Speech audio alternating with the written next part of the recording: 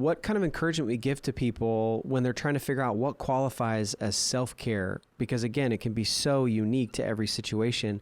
What are some ways we can help qualify what might be self-care for me? Yeah, that's so right on because I know a lot of women love to do like crafting things and knitting and scrapbooking, and that's not self-care for me. That would be stressful, maybe traumatic. So yeah, to make it your own is super important.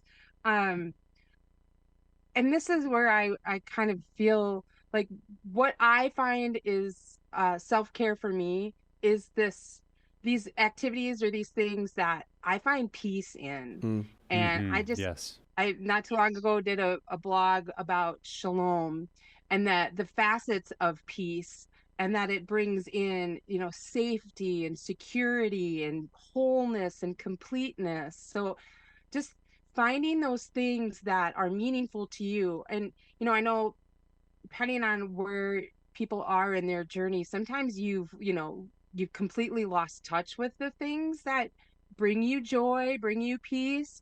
So sometimes it takes a little bit of like investigating. Maybe you need to try taking a class somewhere. Maybe you've always wanted to learn how to cake decorate, so you take a cake decorating class. Or maybe I see this guitar back here. I haven't picked that up in like 6 months. So maybe it's in picking up something that you ignored for a while. So it's really going to be dependent on, what are those things that bring you joy and bring you peace. And if you don't know, you just trying something new and just really kind of investigating, exploring who are you, who did God create you to be, and taking that time for yourself, but then not to overcomplicate it.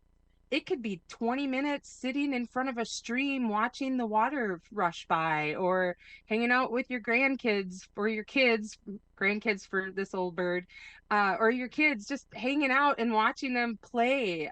Maybe that's what it is that brings you joy and brings you that peace. But it's just really carving out that time, kind of like Nick said, don't make it something like I gotta do my self-care today, where it's like putting on that imposition. But it's just something that you get to do and you look forward to doing. For me, it's walking. I walk, like, I have 3 or 4 really cool roads. I live rurally, and that's my time with Jesus, and that is shalom for me. Yeah. 100%. That's a great point, Kelly, that there may be some differentiation between self-care and healthy disciplines. Healthy disciplines have a place in our life, but if it's something we have to really gear ourselves up for, we're kind of making ourselves do it because we know it's good for us. I don't know that that's always self-care. Now, it's wonderful if healthy disciplines and self-care can go hand in hand, but I think self-care does tend to be things that we gravitate to because it works for us. And whatever that is, like, find joy in it. And, I really look forward to getting to run. Now, does that mean every time I like running or getting up early or going out when it's cold? Like, no, I don't always love it. But in general, I look forward to it and I know, man, this works for me. For others, they might feel like, no, I have to force myself to do it. After I do, I'm grumpy. I feel spent. My legs are sore. Well, that's not going to work for you, right? And so for me, I think of one too, like golf. For some people, they would call golf self-care. I love to golf, but I am too wrapped up in my performance and my score.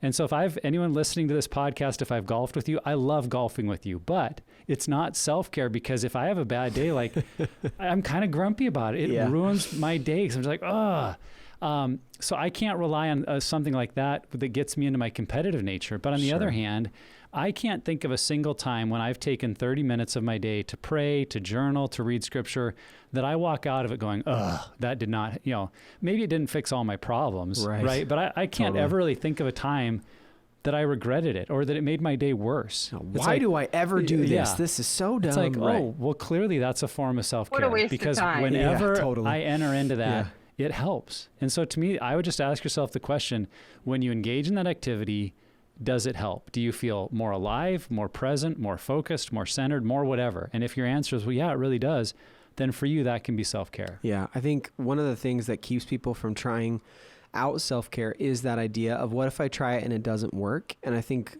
in this moment, like, you have permission to try and see if something is self-care and you do feel that peace.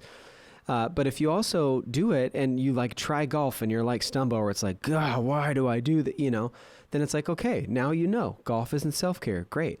But I think that there's this like fear of failure, that somehow if I try self-care and it doesn't work, that somehow I'm a failure. Oh, great. I even suck at self-care. That's great. You know, I can't even do like, self-care but that's right. not like the point is trying, like the question, how do you figure it out? It's you figure it out, which takes like trial and error and takes putting an effort in, and then knowing that that effort is going to pay off in the end, because you will find things that can give you that peace. Nick, you brought up a really cool thing. This is something that I'll often suggest to people to try if they're just like, I have no idea what is self-care.